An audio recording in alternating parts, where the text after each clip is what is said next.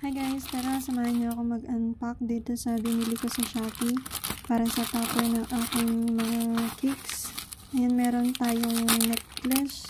Ito, ilalagay natin dun sa design niya.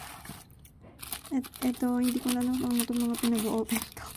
Kasi inantay ko na lang na dumating lahat.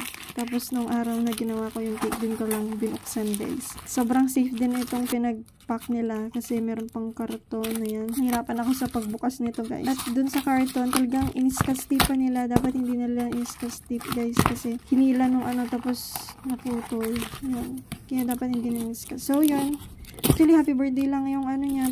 Pero dahil pang 18th birthday ito guys, ganyan na lang yung kinuha ko. Happy 18th. At itong next ay yung kanyang flowers. Actually, nung kinakapakapa ko, ba't parang ang liit sabi ko. Ba't maliit nga guys yung isa. Tapos ito, sakto lang naman pero medyo malayo dun sa paggagayahan ko na cake. Ito na yung na-receive natin guys. Kaya ito na rin ilalagay natin.